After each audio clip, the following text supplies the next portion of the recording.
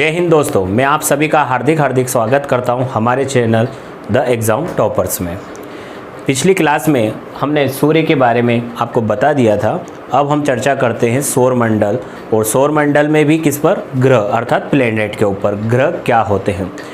ग्रह सूर्य की परिक्रमा करने वाले पिंड होते हैं। किसकी?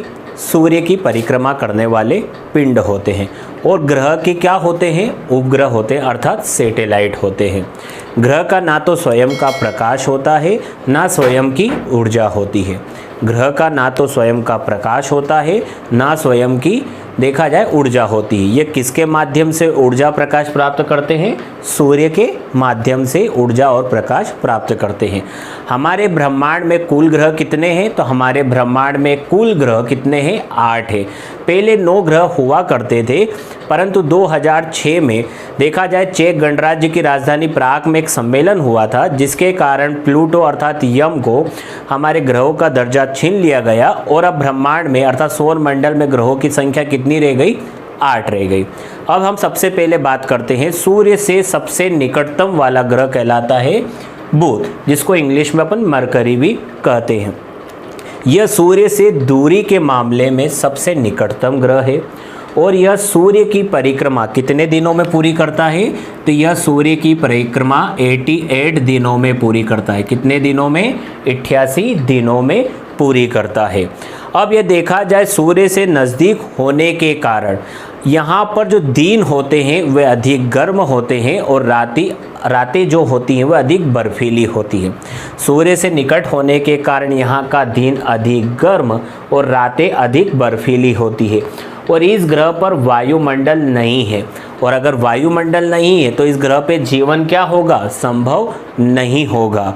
और इस ग्रह में क्या होता है? दिन और रात के तापमान में सर्वाधिक अंतर पाया जाता है। दिन और रात के तापमान में जो अंतर आता है उसे अपन तापांतर कहते हैं। तो दिन और रात के तापमान में सर्वाधिक अंतर किस ग्रह में आता है? बुध ग्रह में आता है, जो लगभग 560 डिग्री सेल्सियस के आसपास माना जाता है। और सर्वाधिक तापांतर किस ग्रह पर है? बुध ग्रह पर भी है। यहाँ पर वायुमंडल नहीं है, तो अर्थात जीवन भी संभव नहीं है। एक देखा जाए बुध के पास से एक कृत्रिम उपग्रह मेरियर 10 ने वहाँ की देखा जाए चित्र खींचकर पृथ्वी पर पहुँचाए हैं। इससे पता चलता है कि बुध ग्रह पर पर्वत और मैदान का पता चला है, जिसमें वैज्ञानिक उस रहस्य का पता लगा रहे हैं। अब मैं वापस बता देता हूँ। बुध दूरी के मामले में अर्थात सूर्य से दूरी के मामले में सबसे निकटतम ग्रह है। और यह सूर्य की परिक्रमा कितने दिनों में पूरी करता है? 88 दिनों में पूरी करता है। बुध ग्रह पे कोई वायुमंडल उपस्थित नहीं है। सूर्य से नज़दीक होने के कारण यहाँ दिन अधिक गर्म और रातें अधिक बर्फीली होती है। बुध ग्रह का एक दिन पृथ्वी के 90 दिन के बराबर होता है। कितने दिन के बराबर? बुध ग्रह का एक दिन पृथ्वी के 90 दिन के बराबर होता है। और यह पृथ्वी के परिणाम अर्थात पृथ्वी के मास का यह 18वां भाग होता है। यह पृथ्वी के द्रव्यमान का कितना हिस्सा होता है? 18वां हिस्सा होता है। और सर्वाधिक तापांतर किस ग्रह पे पाया जाता है? तो सर्वाधिक तापांतर बुध ग्रह पे पाया जाता है। और इसका कोई भी उपग्रह अर्थात चंद्रमा नहीं है। बुध ग्रह का कोई भी सैटेलाइट अर्थात उपग्रह चंद्रमा हमें दिखाई नहीं देता है।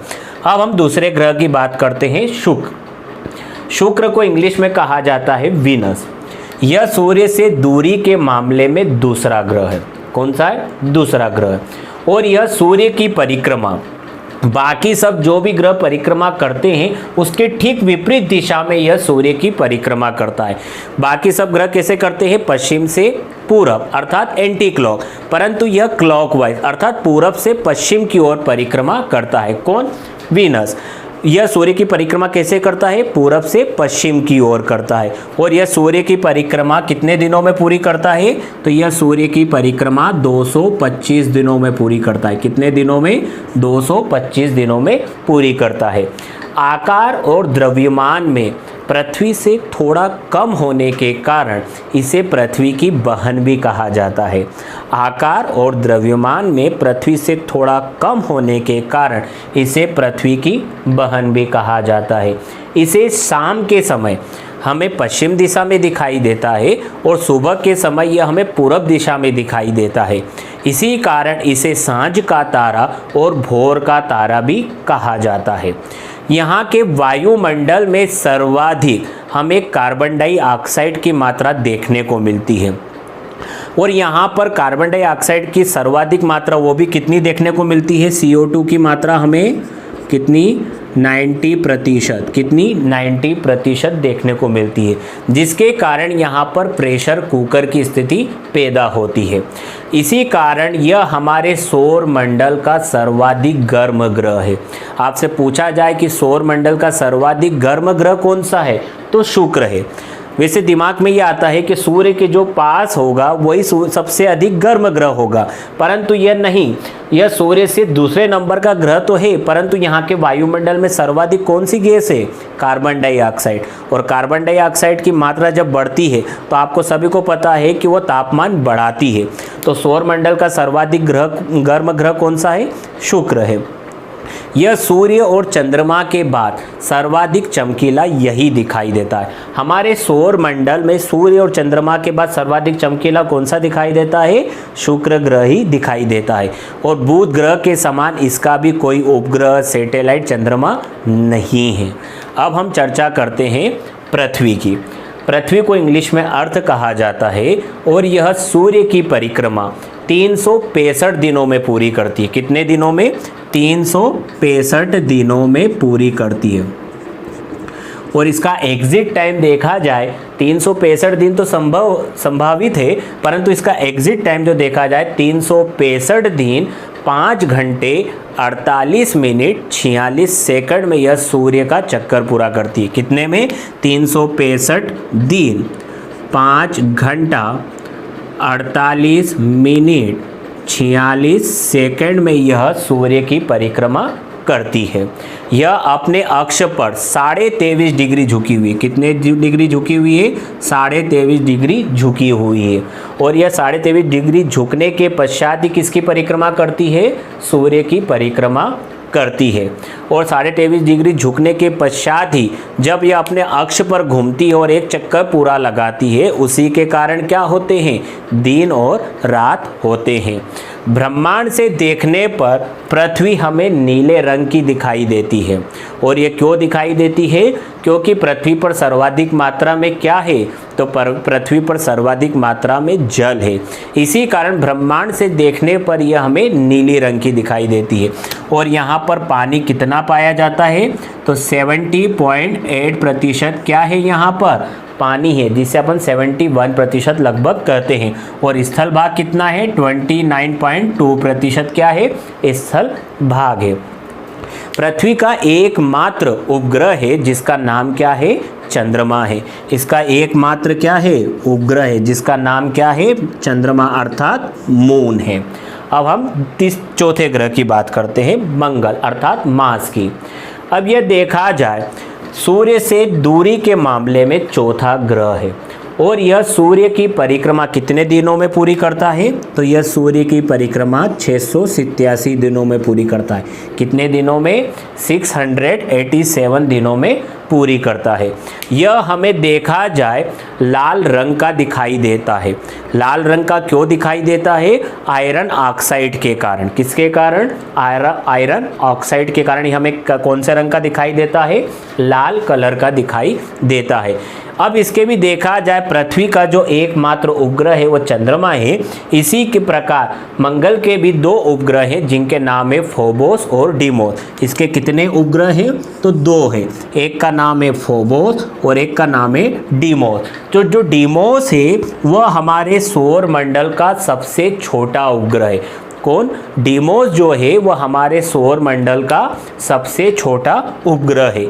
और फोबोस के बारे में आपने अभी हाल ही में चर्चा में देखा होगा कि जो मंगलयान इसरो के द्वारा छोड़ा गया था उसी के द्वारा अभी फोबोस के चित्र पृथ्वी पर पहुंचाए गए हैं। अब देखा जाए मंगल पर हमें एक निक्स ओलंपिया नाम का पर्वत दिखाई देता है।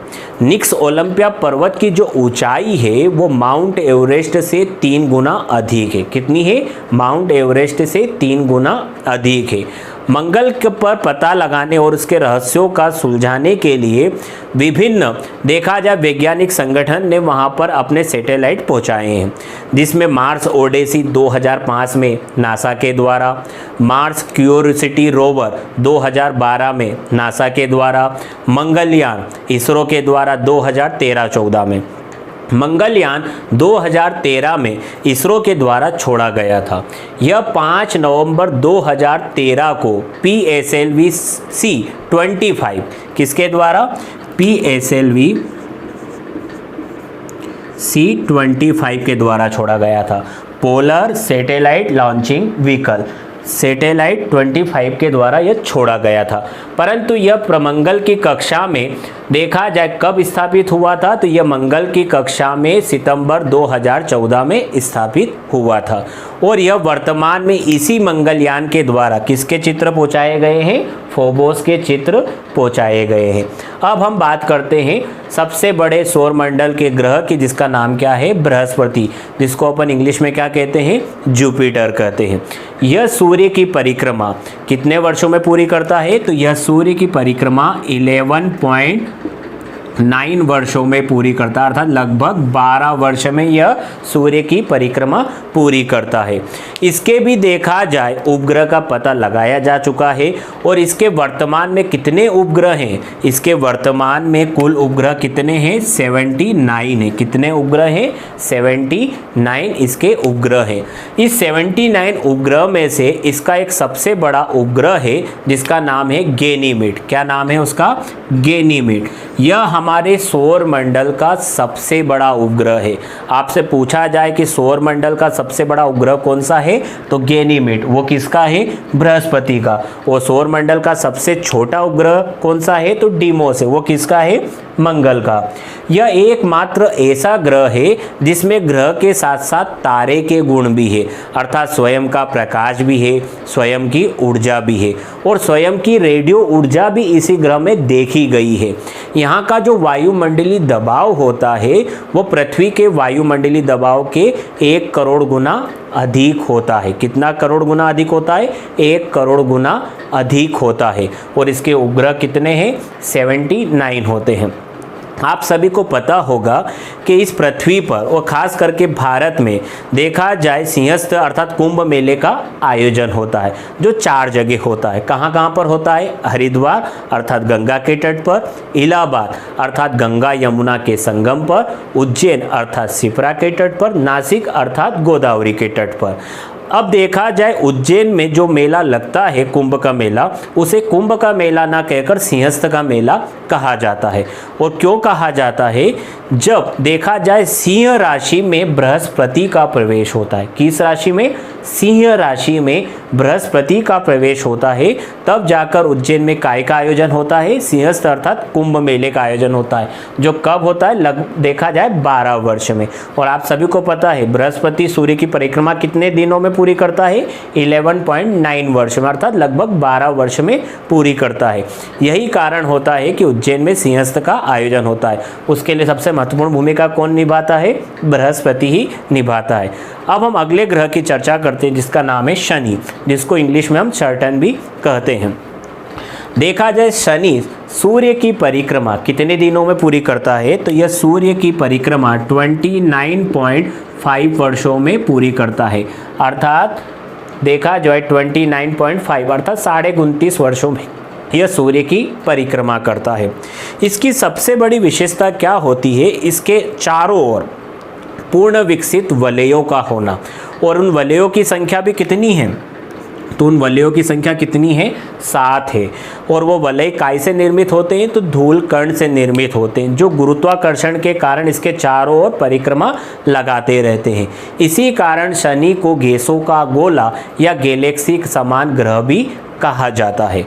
किसको कहा जाता है, गैसों का गोला और गैलेक्सी समान ग्रह शनि को कहा जाता है। सौर मंडल में सर्वाधिक उपग्रह, चंद्रमा, सैटेलाइट, ये तीनों एक ही नाम है। उपग्रह भी कह सकते हैं, सैटेलाइट भी कह सकते हैं या चंद्रमा भी कह सकते हैं। सौर मंडल में सर्वाधिक उपग्रह अगर किसी ग्रह के हैं तो वह किसके हैं, शनि के हैं। और उनकी संख्या कितनी है, 2 है, जिसमें से प्रमुख कौन कौन से हैं? एनसेलाडू, मिमासा, रिया, हाइपेरियन, फोबे, ये इसके प्रमुख उपग्रह हैं। परंतु इसका एक प्रमुख उपग्रह है जिसका नाम टाइटन है। क्या है? टाइटन है, जो आकार में बुध ग्रह के समान है। किसके समान है? आकार में बुध ग्रह के समान है। इसके अलावा एक फोबे नाम का इसका एक उपग्रह है जो शनि की कक्षा के देखा जाए घूमने की विपरीत दिशा में परिक्रमा करता है। शनि जैसे घूमता है उसके ठीक विपरीत दिशा में वह घूमता है। कौन घूमता है? फोबे। यह देखा जाए आंखों से देखा जाने वाला अंतिम ग्रह है। आंखों से देखा जाने वाला अंतिम ग्रह कौन है? शनि है। और यहाँ के वायुमंडल में हाइड्रोजन, हीलियम, अमोनिया और मीथेन जैसी गैसें पाई जाती है। अब अगला ग्रह आता है जिसको अपन बोलते हैं अरुण, जिसको इंग्लिश में बोलते हैं यूरेनियस। यह सूर्य की परिक्रमा 84 वर्षों में पूरी करता है। कितने? 84 वर्षों में पूरी करता है। यह भी देखा जाए सामान्य ग्रह से ठीक विपरीत। किसके भांति? शुक्र के भांति। कैसे? पूरब से पश्चिम की ओर परिक्रमा करता है। जिस प्रकार शुक्र भी पूरब से पश्चिम की ओर परिक्रमा करता है, उसी प्रकार कौन करता है? अरुण भी पूरब से पश्चिम की ओर परिक्रमा करता है। इसके उपग्रह की संख्या कितनी है? तो इसके उपग्रह की संख्या कितनी है? 27 है। इसके चारों ओर भी वलय है जिनकी संख्या कितनी है? 5 है। जिस प्रकार शनि में वलयों की संख्या 7 थी, उसी प्रकार अरुण में वलयों की संख्या कितनी है? 5 है, जिनके नाम क्या है? Alpha, beta, gamma, delta, epsilon. उन पांचों को कहा जाता है। यह देखा जाए अपने अक्ष पर सर्वाधिक झुका हुआ है, इसी कारण इसे लेटा हुआ ग्रह भी कहते हैं। इस ग्रह की खोज 1781 में विलियम हर्शेल नाम के व्यक्ति ने की थी। किसने की थी? विलियम हर्शेल नाम के व्यक्ति ने की थी। अपने अक्ष पर झुका होने के कारण इसे लेटा हुआ ग्रह भी कहते हैं। दूरबीन से देखने पर यह हमें हरे रंग का दिखाई देता है। तो हरा ग्रह कौन सा होगा? तो अरुण होता है। और इसके उपग्रह कितने हैं? 27 है। अब हम सौरमंडल के अंतिम ग्रह की बात करते हैं जिसको अपन वरुण कहते हैं। वरुण जो होता है वह सूर्य की परिक्रमा 165 वर्षों में पूरी करता है। कितने वर्षों में? 165 वर्षों में यह सूर्य की परिक्रमा करता है। यहाँ के वायुमंडल में हाइड्रोजन, हीलियम, अमोनिया, मीथेन जैसी गैसें पाई जाती है। और इसके उपग्रह की संख्या कितनी है? तो इसके उपग्रह की संख्या कितनी है? 13 है, जिसमें से मेरिट और टीटॉन इसके प्रमुख उपग्रह हैं। और यह हमारे सौर मंडल का सबसे ठंडा ग्रह भी माना जाता है। सूर्य से जो ग्रह जितना दूर होगा वह उतना ठंडा होगा। तो सौर मंडल का सबसे ठंडा उपग्रह ग्रह कौन सा है? तो वरुण है, जिसको अपन क्या बोलते हैं? नेपच्यून कहते हैं। और इसकी खोज किस व्यक्ति ने की थी? तो इसकी खोज 1846 में 1846 में जोहान गाले ने की थी। किसने की थी? जोहान गाले ने, जो कहाँ के खगोल शास्त्री थे? तो वो जर्मन के थे। अब हम बात करते हैं आकार और द्रव्यमान में सबसे बड़ा ग्रह कौन सा है। आकार और द्रव्यमान में सबसे बड़ा ग्रह कौन सा है? बृहस्पति है। आकार और द्रव्यमान में सबसे छोटा ग्रह कौन सा है? तो आकार और द्रव्यमान में सबसे छोटा ग्रह कौन सा है? बुध है। अब देखा जाए सबसे बड़ा घनत्व के मामले में ग्रह कौन सा है? तो सर्वाधिक सबसे ज़्यादा घनत्व अगर किसी ग्रह में होता है तो किस में होता है? पृथ्वी में होता है। और सबसे कम घनत्व किस में होता है? तो शनि में होता है। घनत्व सर्वाधिक किस में? पृथ्वी में। और सबसे कम किस में? शनि में। सर्वाधिक परिक्रमण वेग किसका होता है? तो सर्वाधिक परिक्रमण वेग किसका होता है? बुध का होता है। और सबसे कम किसका होता है? वरुण का होता है। और देखा जाए हम इसे 2 अंतःग्रह भी होते हैं। अंतःग्रह किसे कहते हैं? सूर्य और पृथ्वी के बीच स्थित ग्रह को हम क्या कहते हैं? अंतःग्रह भी कहते हैं। जो कौन कौन से हैं? बुध और शुक्र है। अब मैं आपको बता देता हूँ सौरमंडल का सर्वाधिक चमकीला ग्रह शुक्र। सौरमंडल का सबसे देखा जाए गर्म ग्रह शुक्र। सौरमंडल का नीला ग्रह पृथ्वी। किसके कारण? पानी की अधिकता के कारण। सौरमंडल का लाल ग्रह मंगल। किसके कारण? आयरन ऑक्साइड की अधिकता के कारण। सौरमंडल का पीला ग्रह कौन सा? बृहस्पति। किसके कारण? सल्फर डाइऑक्साइड के कारण। सौरमंडल का काला ग्रह किसके कारण? N2 के कारण, अर्थात नाइट्रोजन के कारण। सौरमंडल का हरा ग्रह कौन सा? अरुण। किसके कारण? मीथेन के कारण। तो ये प्रमुख फैक्ट थे। अब हम चर्चा करते हैं चंद्रमा, जो किसका उपग्रह है? किसका है? पृथ्वी का। तो उसके बारे में हम विस्तृत रूप से चर्चा करते हैं। उपग्रह किसे कहते हैं? तो उपग्रह क्या होते हैं? यह अपने ग्रह के साथ साथ सूर्य की परिक्रमा भी करते हैं। क्या करते हैं? यह अपने ग्रह के साथ साथ किसकी परिक्रमा करते हैं? सूर्य की परिक्रमा करते हैं। और इनमें ग्रहों की भांति ना तो स्वयं का प्रकाश होता है, ना ही स्वयं की ऊर्जा होती है। और यह किसके प्रकाश की भांति चमकते हैं? तो यह सूर्य से ही प्रकाश की से लेकर देखा जाए इनकी प्रकाश से चमकते हैं। और इनकी ऊर्जा का स्रोत भी क्या होता है? इनकी ऊर्जा का स्रोत भी सूर्य होता है। अब चंद्रमा जो होता है, चंद्रमा हमारी पृथ्वी का एकमात्र उपग्रह है जिसका व्यास कितना है? तो चंद्रमा का व्यास कितना है? चंद्रमा का व्यास है 3478 किलोमीटर। कितना है? 3478 किलोमीटर। किसी किसी बुक में आपको 3476 किलोमीटर भी देखने को मिलेगा, किसी में आपको 3480 किलोमीटर भी देखने को मिलेगा, परंतु चंद्रमा का व्यास कितना है? 3478 किलोमीटर है। चंद्रमा की पृथ्वी से अधिकतम दूरी कितनी है? तो चंद्रमा की पृथ्वी से अधिकतम दूरी है 4,06,000 किलोमीटर। कितनी है? 4,06,000 किलोमीटर। यह किससे अधिकतम दूरी है? पृथ्वी से। इसी पृथ्वी से चंद्रमा की न्यूनतम दूरी कितनी है? तो इसी पृथ्वी से चंद्रमा की न्यूनतम दूरी है 3,64,000 किलोमीटर। कितनी है? 3,64,000 किलोमीटर। इसी पृथ्वी से चंद्रमा की एवरेज दूरी कितनी है? तो इसी पृथ्वी से चंद्रमा की एवरेज दूरी है 3,84,365 किलोमीटर। कितनी? 3,84,365 किलोमीटर।